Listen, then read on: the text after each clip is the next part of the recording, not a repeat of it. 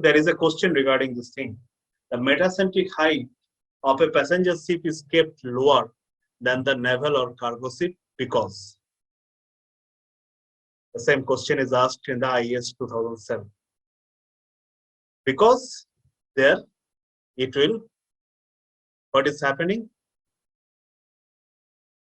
Because if you keep, so it will decrease the frequency of the rolling. If you keep your metacentric height GM slightly lower, slightly kept lower than the other ship, so you will get the comfort because your W into GM by I.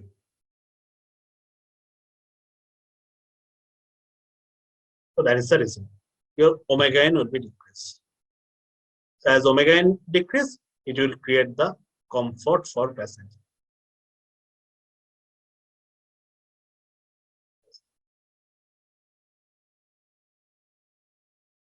So that is the way. Here is asking the least radius of gyration given for the ship. So metacentric height is given, time period you have to find it out. So omega n you have seen it. Previously we have just done this thing. Omega n is equal to W into GM divided by W into GM divided by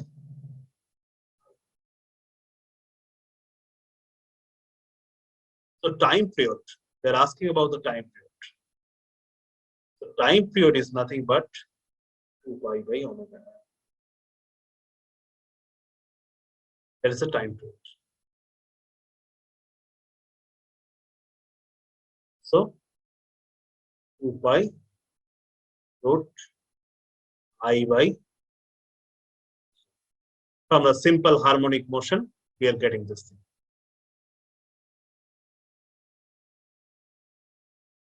So this can be written as mass into radius of gyration, moment of inertia, divided by weight, mass into G. The mass will be cancelled out. So 2 pi k square by G into G. Here if you see 2 pi into k square is already given, radius of gyration is given 9 square. That will gives you 9.81 into, that is metacentric height is also given 0.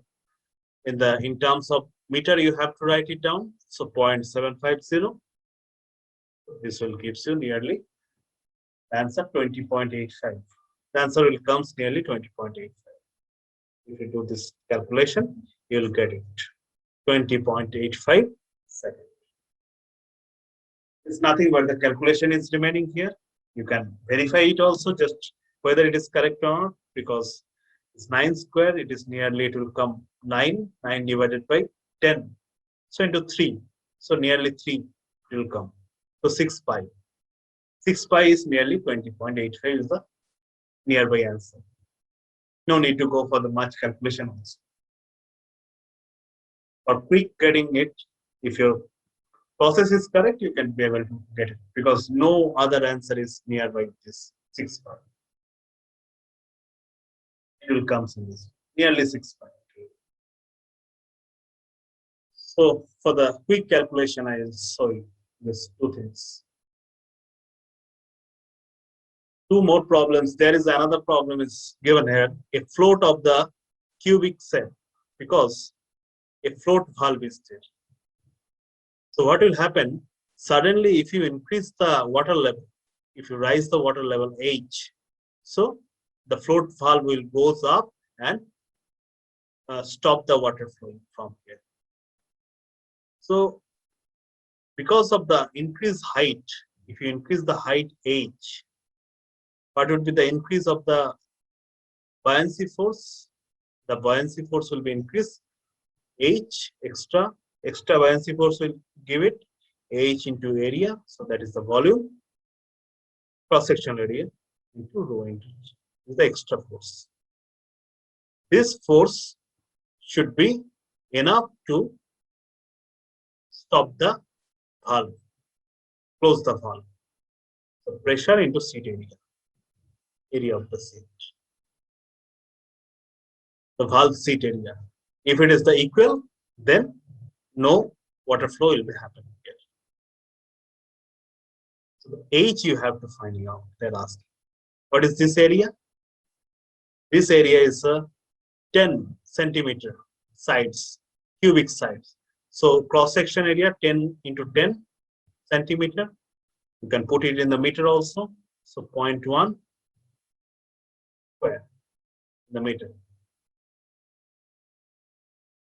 Rho, it is the water. Into G, 9.8. Pressure is given as the bar. So bar means how much? 1.013 into 10 to the 5. 1 bar is equal to that much Pascal or Newton per meter square into torque area 0.5 into 10 to the minus 4. So here you will see that this area will nearly come H is equal to 5 centimeter by the calculation. Concept is because of the height rise, so extra buoyancy force you are getting, this extra buoyancy force will be sufficient to close the valve seat. Close the valve seat. That is the main concept in this kind of the question.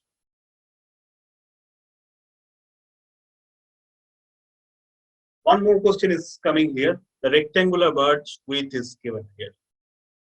So how it is better to one free surface you are giving, one rectangular barge is there.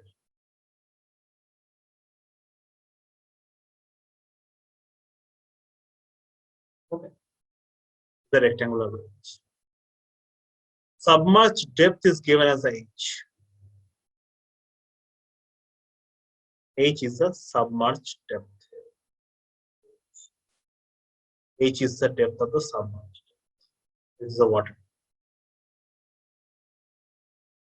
And center of gravity is the water line. It is the center line. The center line.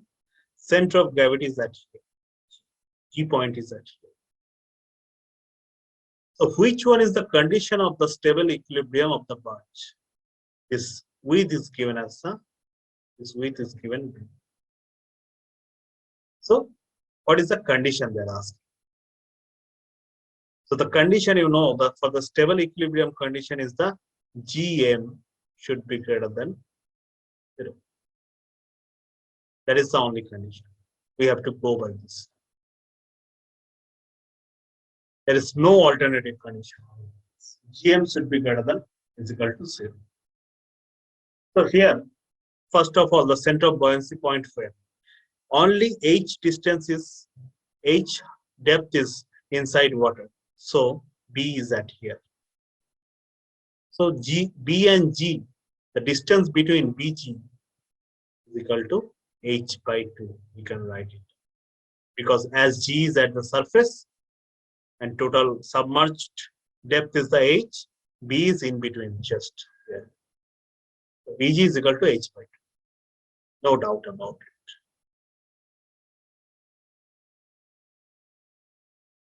And BM. What is the BM? BM is equal to IYY by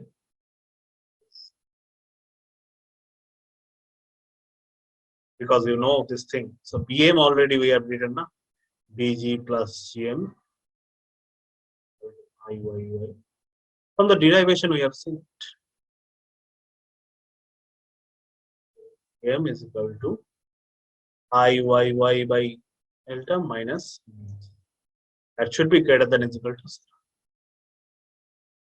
Now our consideration is IYY. IYY. So width, if you go for the plan view of this rectangular element, so width and length. Is the length, is the width. So width should be always less than the length. It's a normal general concept. for this kind of problem.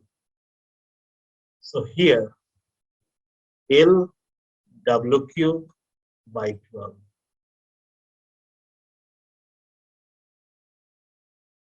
Sorry. Here not width is given as B, not W. B. So LB cube by 12, and the volume of it, the submerged volume. Submerged volume, volume of displaced liquid. So how much liquid displaced? So H into B into L. H B L.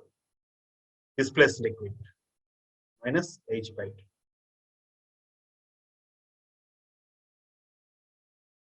So it will come to B square by 12H minus H by 2.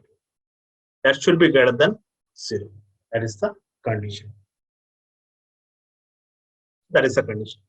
So if you take H by 2 as a common, so what will be remaining?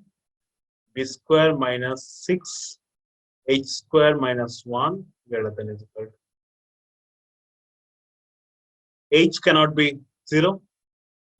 So the condition will be B square should be greater than B square by H square should be greater than root 6. So B by H greater than is equal to root 6. So your answer will come as a B. This kind of the question you have to go for the stable equilibrium condition you will write. Here everything is given. BG you can be able to finding out. Then BM, what is the BM already from the formula you have seen, we have go for the derivation, you will get it. Then you directly write this way and you get the condition. Another way we have seen to finding out the GM, that is here we will consider this problem also. You remember this problem, how it was like this way. This problem was this way, that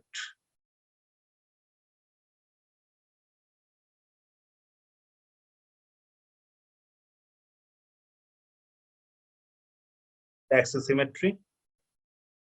So here one weight was there initially. This weight is displaced in this side. And because of the displacement of this way, so everything changes.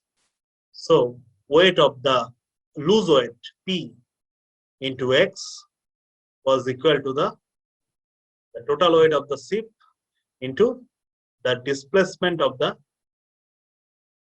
center of gravity, which was nothing but GM into tan theta. So from here also experimentally we are getting the GM value Px into W tan.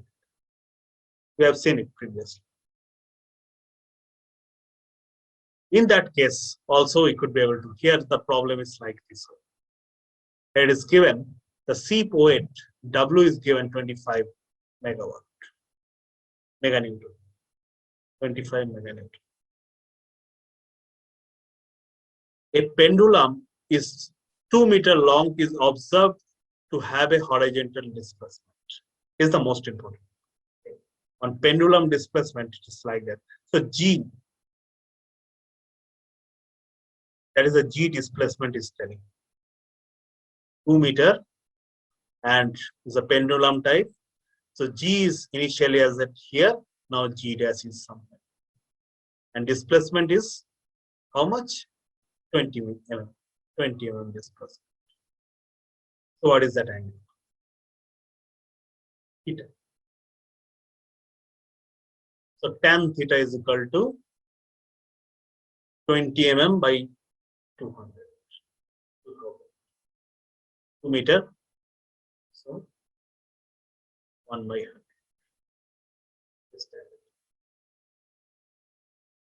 P is already given.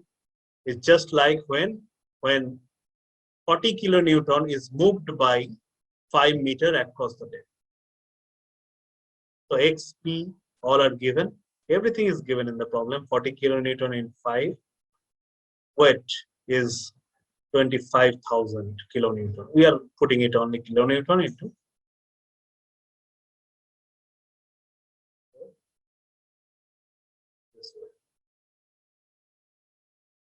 So 4 by 5 will gives you 0.8 meter. Is the answer is 0.8. So this way we could be able to get this problem. That's all about the problem regarding the buoyancy. And next we'll see about the pressure measurement in the next topic.